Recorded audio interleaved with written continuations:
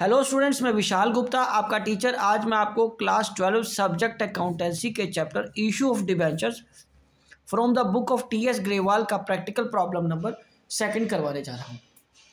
Students ये देखिए मेरे पास बुक है, ठीक है, text book for CBSE class 12 T S. Grewal की बुक है, account for companies volume 2, edition है 2021 का। ठीक है, इसमें जो डिबेंचर्स वाला चैप्टर है ना, उसका ये देखिए सेकंड प्रैक्टिकल प्रॉब्लम है जो Dogra limited issued 2009% debentures of ₹100 each on the following terms. ये वाला क्वेश्चन करवाने जा रहा हूँ। ठीक है, तो चलिए आप इसको मेरे साथ देखिए, इसको कैसे सॉल्व करना है।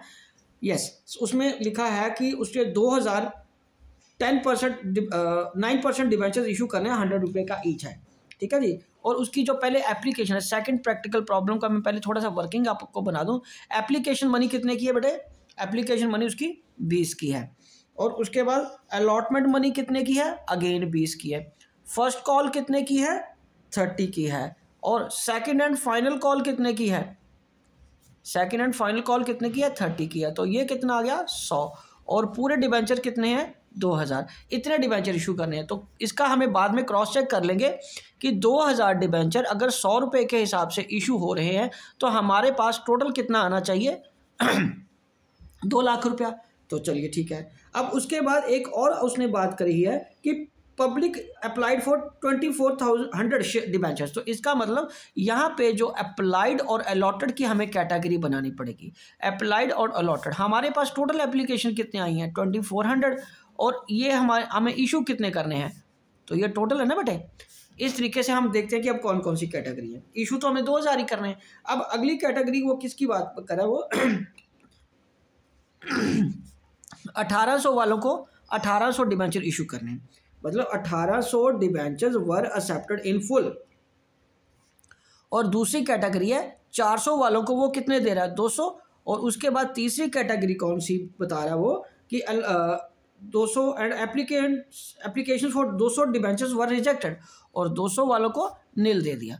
तो इसका मतलब आगे क्या है? रिजेक्ट कर दिया and pass the journal entries. तो इनके तो पैसे पूरे आ जाएंगे। इसके 200 के शेयर डिबेंचर के पैसे किस में जाएंगे?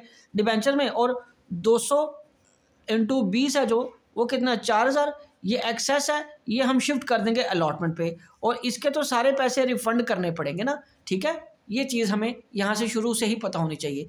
जब भी आप जर्नल बनाने बैठो तो ये सारा वर्किंग आपको एक बार करना पड़ेगा, क्योंकि इसके बिना आपका क्वेश्चन इनकम्प्लीट रहेगा और कहीं ना कहीं गलती लगने का स्कोप रहेगा। ठीक है जी, और फिर आपको एंट्रीज करने में दिक्कत आएगी। तो चलिए अब हम इसके जर्नल बनाते हैं। मैं आपको फॉर्मेट बना के देता हूँ जर्नल का। ऑलमोस्ट पूरा पेज ही लग जाना है, क्योंकि सेकंड तक है ना, वो सेकंड कॉल तक है, तो 8 एंट्रीज चाहिए। ठीक है जी, 8 एंट्रीज के लिए ये पूरा पेज एक चाहिए होगा आपको। तो वर्किंग के लिए अलग सा पेज रख लीजिए, क्योंकि अगर आप उसी पेज से शुरू करोगे तो फिर 2 बार आपको अब लाइन्स लगानी पड़ेंगी, आधी इधर आधी दूसरे पेज पे। ठीक है, तो इसलिए आप इसको सिंपल रखिए कि एक ही पेज में काम हो जाए, बार बार हमें पेज ना फॉर्मेट बनाने में एनर्जी ना वेस्ट करनी पड़े। ठीक है जी, तो यहाँ से हम शुरू करते हैं जर्नल बनाना। तो अभी यहाँ पे मैं लिखूंगा in the books of Dogra limited. ठीक है जी, ये है जर्नल, और ये है डेट, ये है पर्टिकुलर्स, और ये है लेजर फोलियो, ये है डेबिट, और ये है क्रेडिट रुपीज। ठीक है बेटे, तो चलिए सबसे पहले हमारे पास कौन सी एंट्री आएगी? यहाँ पे हमें जो एंट्री करनी है सबसे पहले वो ये है bank account debited. Bank account debited to debenture application account. तो ये कितने का है? 2000 डिबेंचर है, 20 रुपये के हिसाब से, तो 40,000 आ गया। बट हमें एप्लीकेशन कितनी आई? 2400 आई है ना। तो 2400 के हिसाब से 48,000। हमने तो 2400 एप्लीकेशन आई है, तो ये आएगा being application money received. Being application money received ये आ जाएगा यहाँ पे। तो ये 48,000 यहाँ पे आ जाएगा। ठीक है जी, और उसके बाद सेकंड एंट्री क्या है? सेकंड एंट्री थोड़ी ध्यान से देखिएगा, debenture application account debited to 9% debentures to debentures allotment account to bank because, अब मैं आपको बताता हूँ कि इसकी एंट्री क्या करें। हमारे पास 48,000 का हिसाब देना है, हमने इशू कितने करने हैं डिबेंचर 2020 के हिसाब से ये 40,000 आ गया। 200 के पैसे हमारे पास एक्सेस बचे हुए हैं, वो 4,000 ये आया, और 200 के पैसे हमें रिफंड करने, तो ये 4,000 ये आ गया। बीइंग एप्लीकेशन मनी एडजस्टेड, इसका जो भी एडजस्टमेंट करनी थी हमने कर दी। ठीक है जी, याद है ना हमें क्या करना था। ये देखिए बेटे, हमारे पास टोटल कितनी एप्लीकेशन आई थी 2400। 20 के हिसाब से टोटल पैसे कितने बनने चाहिए थे 48,000। हमें रखने कितने 2,000 के हिसाब से, 2,000 को 20 के हिसाब से, इसमें हमें एप्लीकेशन पे 40,000 रखना है। तो 4,000 जो है वो हमारे पास एक्सेस पड़ा हुआ है, वो अलॉटमेंट पे शिफ्ट कर देंगे, और 4,000 हमें रिफंड करना था। तो टोटल कितना आ गया 48,000। ठीक है जी, ये करना है हमें, और वही एंट्री मैंने यहाँ पास करी है। ठीक है जी, अब उसके बाद क्या है थर्ड क्वेश्चन। थर्ड क्वेश्चन है ये आएगा debenture allotment account debited to 9% debentures account being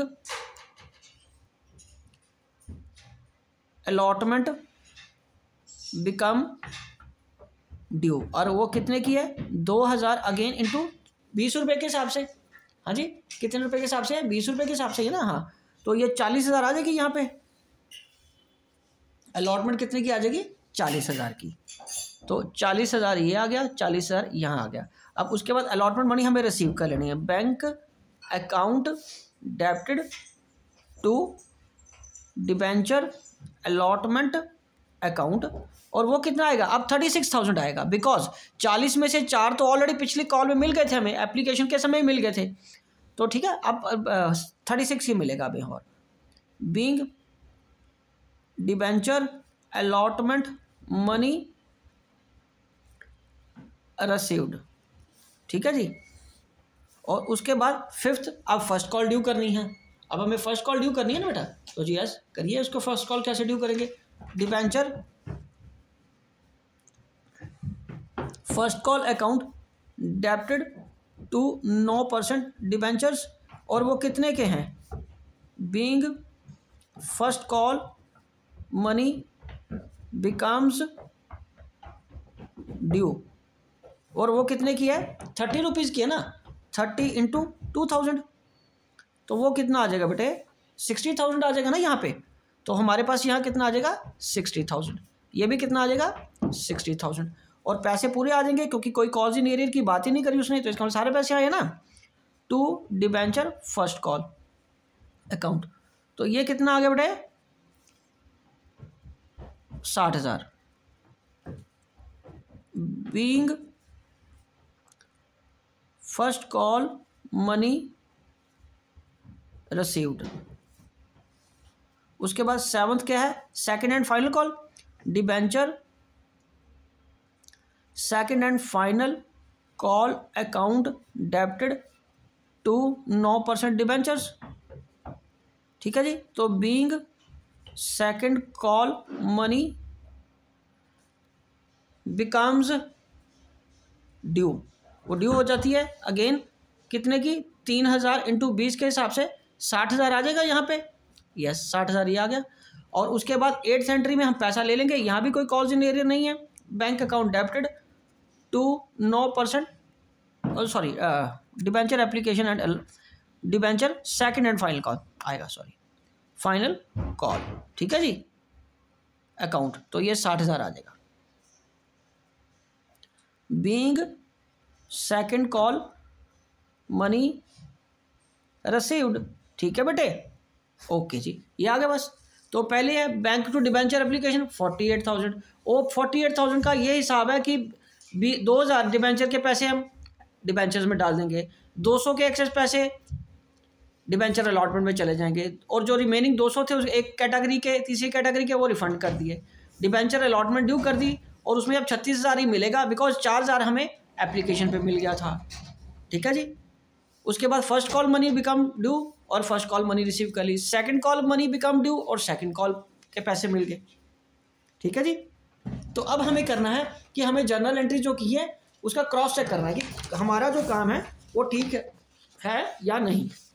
वो कैसे पता चलेगा? बैंक अकाउंट बना के एक रफ सा या टी शेप में हमें एक बना लेते हैं। तो ये देखो एप्लीकेशन के वक्त मेरे को कितने पैसे आए 48,000, अलॉटमेंट के वक्त कितने पैसे, ये देखो 48,000 आया था ना एप्लीकेशन के वक्त, और अलॉटमेंट के वक्त कितने पैसे आए थे 36,000, और फर्स्ट कॉल कितने की आई थी 60,000 की, और 60,000 की सेकंड कॉल है। ये एप्ली के, ये अलॉटमेंट के, ये फर्स्ट कॉल के, ये सेकंड कॉल के, और 4,000 इसमें मैंने रिफंड किया था, ये वाला 4,000 पैसा रिफंड किया था ना। तो इसका मतलब मेरे पास आप कितने बने 48, 36, 8, 6, 14, 4, 1, 8, 84 और 120, 4 और ये आ गया 02, 204, ये 204 ये है, ठीक है जी, और 204 ही ये है। और उसमें से हमने क्या किया 4 रिफंड करके मेरे पास बैलेंस 2 लाख का आ गया। और यही हमारा क्रॉस चेक है। ये देखिए ये 2 लाख आया ना, तो यही हमारा क्रॉस चेक है, क्योंकि मेरे पास भी तो टोटल 2,000 डिबेंचर ही हैं, 10 रुपये 100 रुपये के हिसाब से 2 लाख ही बना। तो इसका मतलब हमारा ये क्वेश्चन अब ठीक है, हमारी जर्नल एंट्रीज में कोई दिक्कत नहीं है। ठीक है जी। तो स्टूडेंट्स इसी के साथ ये क्वेश्चन मैं कंप्लीट करता हूँ। आई होप कि आपको अच्छी तरह समझ आ गया होगा। आप मेरे चैनल को देखते रहिए और नेक्स्ट क्वेश्चन मैं अपनी वीडियोज़ में अपलोड करता रहूँगा। ठीक है जी, ओके डन।